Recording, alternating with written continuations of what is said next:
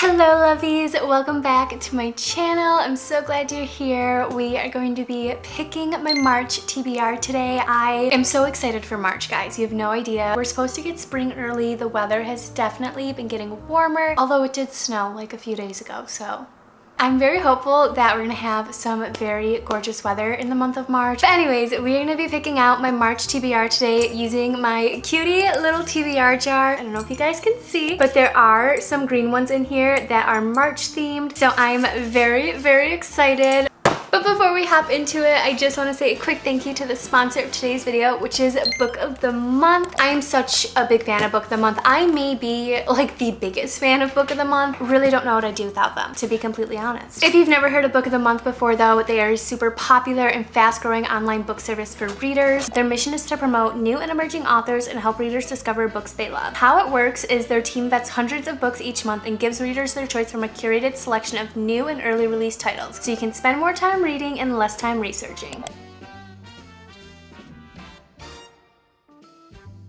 Book of the Month is also risk-free, so you can skip any month, anytime, and you won't be charged. Not to mention they have the best prices for new release hardcover fiction, and you guys can get your first book for just $9.99 using the code CHIRP. So what happens once you sign up is every month you'll receive this cutie little blue box at your doorstep. Can we just take a moment? Their packaging is literally the best. I love how minimalistic but also super aesthetic and cute it is. So when you open up your box, you'll receive your 2 book picks that you picked out for the month. Also receive a cutie little bookmark from them. Absolutely adorable though. I literally love their bookmarks. They're like the only bookmarks I actually use when I'm reading because they're just like so cute and also like motivational. The books that I picked out for the month of March though, I am so excited about. First up we have Happily Never After by Lynn Painter. Guys, I'm so excited for this book. Lynn Painter is a fan favorite, I feel like, so I have no doubt that I'm gonna absolutely adore this. You guys already know the second book I picked up had to be a fantasy book. We have A Fate Inked in Blood. This is Saga of the Unfated book 1. I feel like Book of the Month always has the most exciting and fun reads to pick from though, and that's why I absolutely love them. Again, I couldn't recommend Book of the Month enough, and you can get your first book for just $9.99 using the code CHIRP. With that being said though, we're gonna hop right into my March TBR. We are gonna let the TBR jar pick my reads for this month. I'm super excited. My first pick for the month of March, a book with a pink cover. Also, because you guys are probably like, wait a second, where are the books? I actually decided not to put books on my TBR cart this month just because I do have a lot of books on my shelves, as you guys can probably see. I just decided to keep them on the shelves and I figured we would just kind of pick them from there. So I hope you guys are okay with that. Anyways, a book with a pink cover. Our first book going on my March TBR is The Unmaking of June Farrow. This is like an Owl Crate special edition. I don't know if you can tell on camera, but there is like a lot of pink in this cover, and I've actually been eyeing this book for a while. This is by Adrienne Young though. I don't know too much about this book, but I have heard like really good things about it. In the small mountain town of Jasper, North Carolina, June Farrow is waiting for fate to find her. Farrow women are known for their thriving flower farm and for the mysterious curse that has plagued their family line. The whole town remembers the madness that led to Susanna Farrow's disappearance, leaving her daughter June to be raised by her grandmother and haunted by rumors. It's been a year since June started seeing and hearing things that aren't there. Faint wind chimes, a voice calling her name, and a mysterious door appearing out of nowhere. Signs of what June has always known is coming, but June is determined to end the curse once and for all, even if she must sacrifice the hope of love and a family of her own. After her grandmother's death, June discovers a series of cryptic clues regarding her mother's disappearance, except these only lead to more questions. But could the door she once assumed was a hallucination be the answer she's been searching for? The next time it appears, June realizes that she can touch it and walk through the threshold. And when she does, she embarks on a journey that will not only change both the past and the future, but also uncover the lingering mysteries of her small town and entangle her heart in an epic star-crossed love. Also, can we just take a moment? This is honestly so beautiful. I think Owl Crate did an incredible job with this edition. Then I will show you guys the hardcover. Oh my gosh, I'm obsessed with this hardcover. Everything about it is stunning. I just love like the vintage scrapbook vibe to it. This is also the reverse dust jacket that I think is so beautiful. And of course, the inside pages that Owl Crate does is always so beautiful, so detailed. I honestly think they make some of the most beautiful special editions of books. But we have our first book on our March TBR. I'm so excited about this. Like, I literally have wanted to read it for so long. Next up, newest book on your TBR.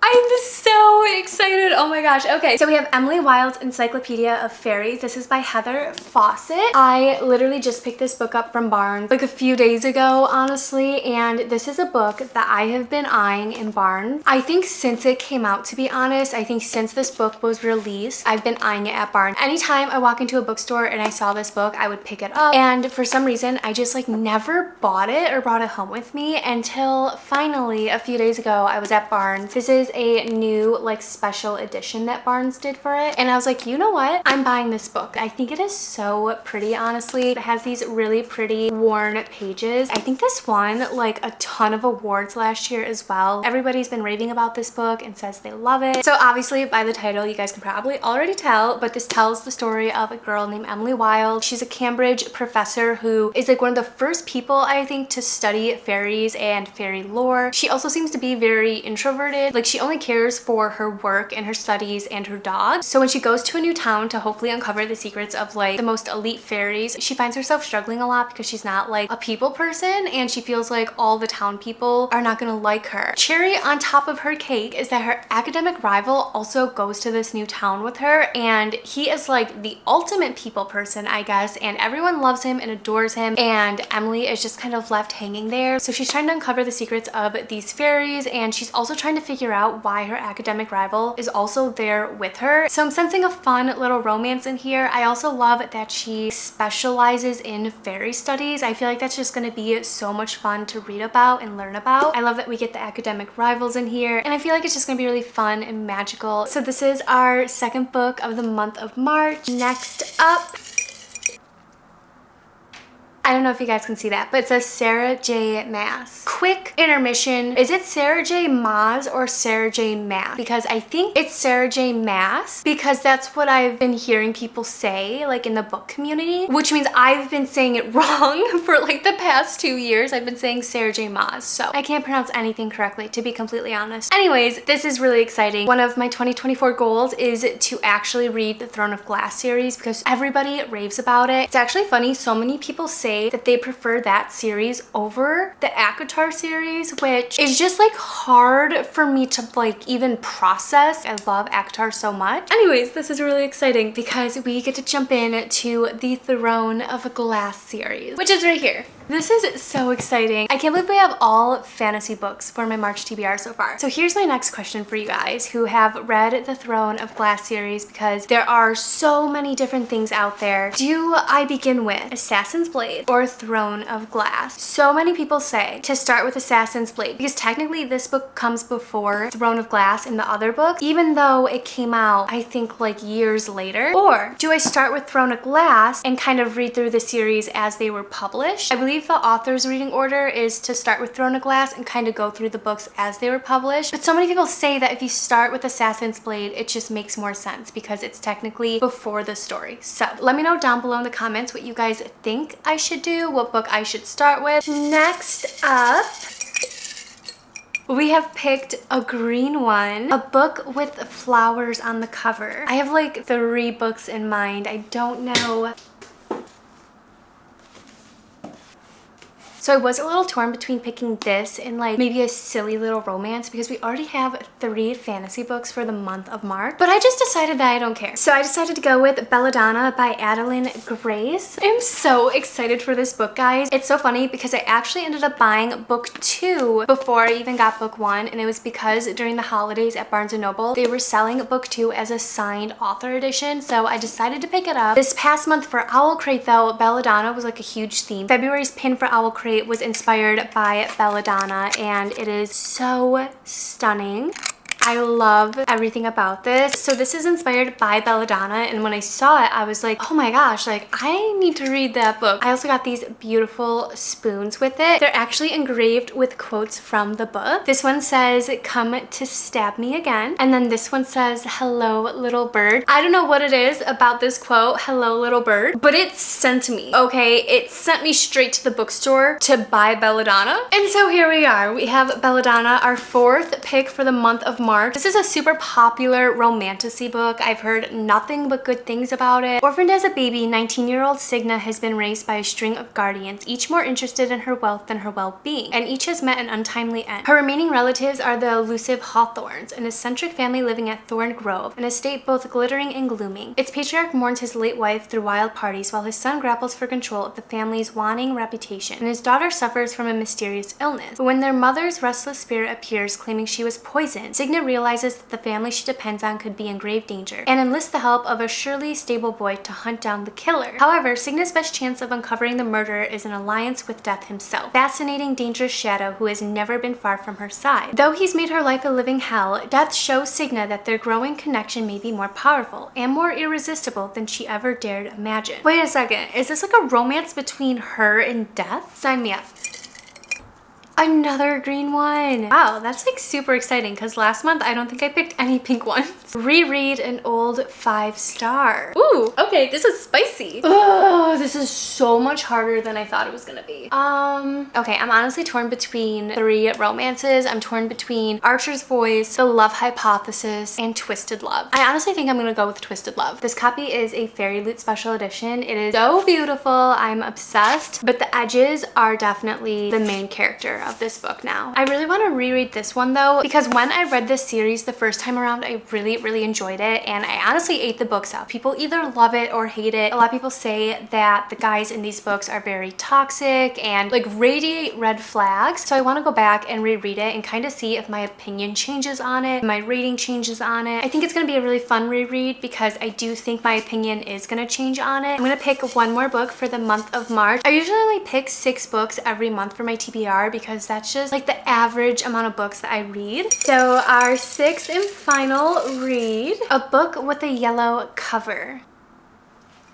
Does this count? It's like a beige and gold cover. I feel like this can count. But also, I literally don't think I have any books that have like a straight yellow cover. I think this is gonna be our final book pick for the month of March. This is What the River Knows by Isabel Ibanez. First off, this is an absolutely stunning cover. I think this is like an Egyptian fantasy.